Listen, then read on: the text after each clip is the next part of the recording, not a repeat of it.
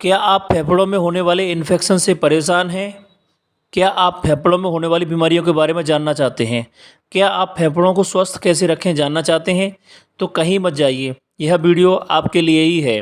Hello friends, मैं आपका pharma consultant दोस्त Lalit Kaushik from RB helpline pharmacy. I am a registered pharmacist. यह एक एजुकेशनल इनिशिएटिव है, अतः मैं आपसे रिक्वेस्ट करूंगा आप हमारे चैनल आरबी हेल्पलाइन फार्मेसी को लाइक और सब्सक्राइब जरूर करें। आज हम इस वीडियो में फेफड़ों के बारे में समस्त जानकारी प्राप्त करेंगे।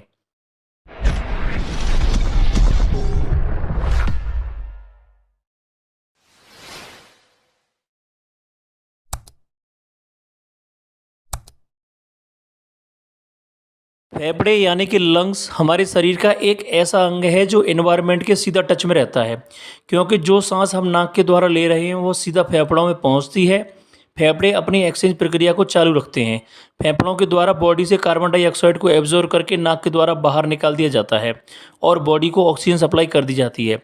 एक स्वस्थ व्यक्ति के द्वारा 24 घंटे में लगभग 25,000 बार सांस अंदर लेना व बाहर छोड़ना जैसी प्रक्रिया दोहराई जाती है। इससे आप समझ सकते हैं कि फेफड़े शरीर के सबसे सक्रिय, महत्वपूर्ण और नाजुक अंगों में से एक हैं, पर दिल की तरह इसे सेलिब्रिटी का दर्जा प्राप्त नहीं है, जबकि दिल से ज़्यादा मौतें फेफड़ों से जुड़ी बीमारियों से होती हैं। भारत में मृत्यु के 10 प्रमुख कारणों में से 4 कारण फेफड़े व श्वसन रोगों से जुड़े हुए हैं, जिनमें COPD, chronic obstructive pulmonary disease, lower respiratory infection, फेफड़ों का कैंसर और ट्यूबरक्लोसिस हैं, जिसमें कि बढ़ता हुआ वायु प्रदूषण इस समस्या को और बढ़ा देता है। कुछ साल पहले तक की बात करें तो फेफड़ों के कैंसर और सीओपीडी को धूम्रपान करने वाले लोगों की बीमारी माना जाता था, क्योंकि 90% मामले धूम्रपान करने वालों के ही होते थे। पर बढ़ते हुए वायु प्रदूषण और परोक्ष धूम्रपान से अब यह समस्या सबको हो रही है। एक रिपोर्ट के अनुसार वायु प्रदूषण फेफड़ों से जुड़ी 40% बीमारियों के लिए जिम्मेदार है।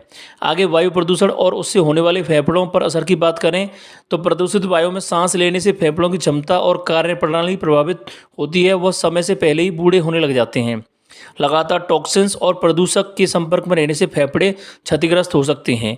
WHO और international agency for research on cancer यानी कि ISRC के अनुसार वायु प्रदूषण फेफड़ों के कैंसर के प्रमुख कारणों में से एक है। वायु प्रदूषण का असर बड़ों की तुलना में बच्चों पर अधिक होता है। बच्चों की श्वसन दर वयस्कों से अधिक होती है। इस कारण बच्चे सांस के जरिए अधिक मात्रा में प्रदूषक भी अंदर ले जाते हैं। बच्चों की लंबाई और आदतों के कारण वह उन प्रदूषक के अधिक संपर्क में रहते हैं जो वायु से भारी होते हैं और उनके ब्रीथिंग जोन में केंद्रित हो जाते हैं। बच्चों का एयरवेज भी सकरा होता है और उनके फेफड़े अभी भी विकसित हो रहे होते हैं, इसलिए थोड़ा सा भी प्रदूषण बच्चों पर नकारात्मक प्रभाव डालता है। कुछ लोगों को समस्या रहती है कि पूरे साल तो ठीक रहेंगे, पर ठंड का सीजन आते ही उन्हें सांस संबंधी समस्याएं होने लग जाती हैं, जिसमें सांस फूलना, बेचैनी या एलर्जी या फेफड़ों का इन्फेक्शन आदि चीज़ें हो सकती हैं। इस तरह की समस्या के बढ़ने के 3 प्रमुख कारण हैं। पहला कारण, जब तापमान में तेज़ गिरावट आती है तब श्वास नलिकाएं थोड़ा सिकुड़ जाती हैं, फेफड़ों को पूरी सांस नहीं मिल पाती, जिससे सांस लेने में परेशानी होती है। दूसरा कारण, ठंडी और सूखी हवा बीमार फेफड़ों को ही नहीं अपने आपके अच्छे खासे स्वस्थ फेफड़ों को भी नुकसान पहुंचाती है। तीसरा कारण, सर्दियों में स्मोक की शिकायत रहती है। स्मोक में स्मोक भी रहता है, साथ ही फॉग भी रहता है, जो कि वायु प्रदूषण को बढ़ाता है।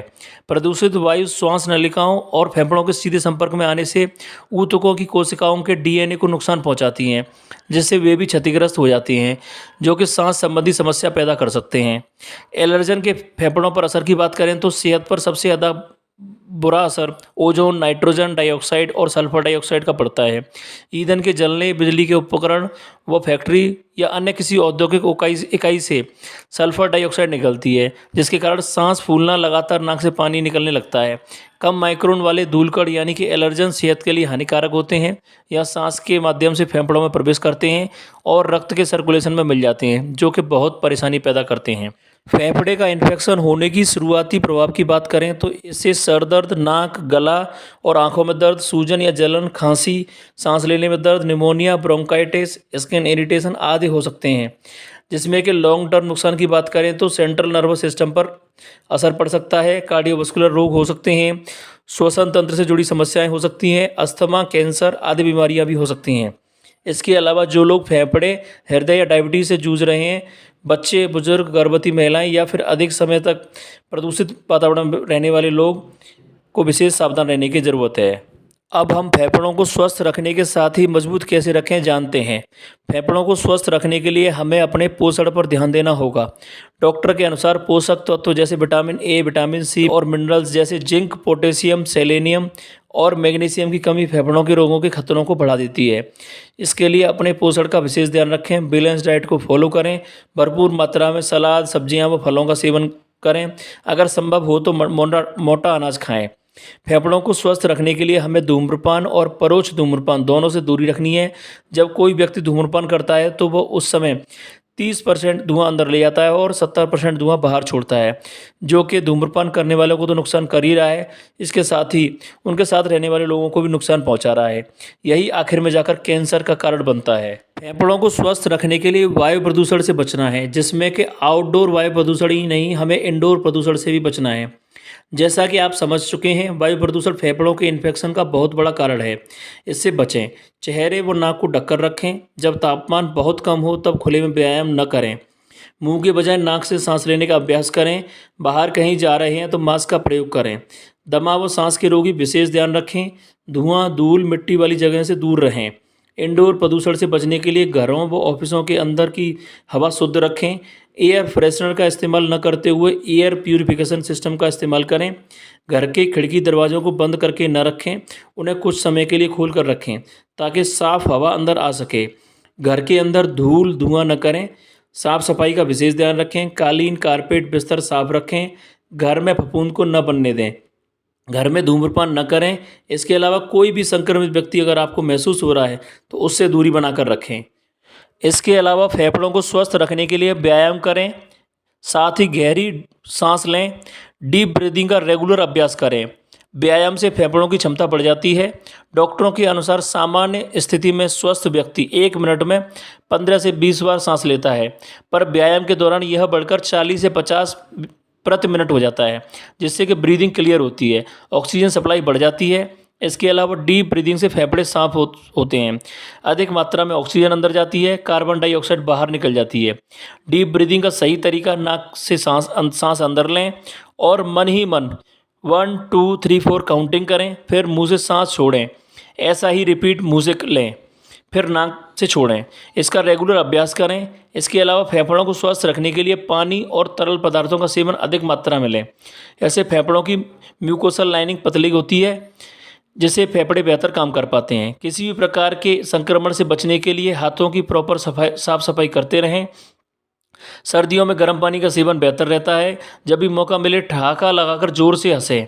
ज़ोर से ठहाका लगाकर हंसने से बासी हवा बाहर निकल जाती है और फेफड़े ताज़ी हवा से भर जाते हैं। इसके अलावा फेफड़ों को स्वस्थ रखने के लिए आप अपने बैठने के पोस्चर को ठीक करके सही रख सकते हैं। फेफड़े बहुत ही कोमल होते हैं। रीढ़ की हड्डी को सीधा करके बैठें ताकि फेफड़ों को पर्याप्त स्थान मिल सके। जो लोग दिन भर ऑफिसों में कुर्सी पर बैठे बैठे काम करते हैं, उन्हें चाहिए कि वो हर 2 घंटे में 5 मिनट के लिए कुर्सी पर थोड़ा पीछे की ओर झुक जाएं। छाती को थोड़ा सा ऊपर से उठा दें और गहरी सांस लें। इसके बीच बीच में अभ्यास करते रहें। इसके अलावा फेफड़ों से संबंधित कोई समस्या होने पर डॉक्टर से संपर्क करें, वही आपको ज़्यादा अच्छे से एडवाइस कर सकते हैं। इसके लिए आप फिजिशियन, चेस्ट स्पेशलिस्ट फिजिशियन से मिल सकते हैं। तो आखिर में फ्रेंड्स, मैं उम्मीद करता हूं कि फेफड़ों के बारे में हमने आपको जो कुछ भी जानकारी पहुंचाई है वो आपको वैल्यूएबल लगी होगी। फिर भी आपका कोई सवाल है तो उसे कमेंट सेक्शन में जाकर लिख सकते हैं, मैं उसका जवाब देने की कोशिश करूंगा। अगर आप नए हैं और अपनी हेल्थ को लेकर कॉन्शियस हैं तो हमारे चैनल RB हेल्पलाइन फार्मेसी को लाइक और सब्सक्राइब ज़रूर करें। ओके फ्रेंड्स, फिर मिलते हैं अगले वीडियो में। Till that, stay blessed, stay fit and stay inspire. Thank you.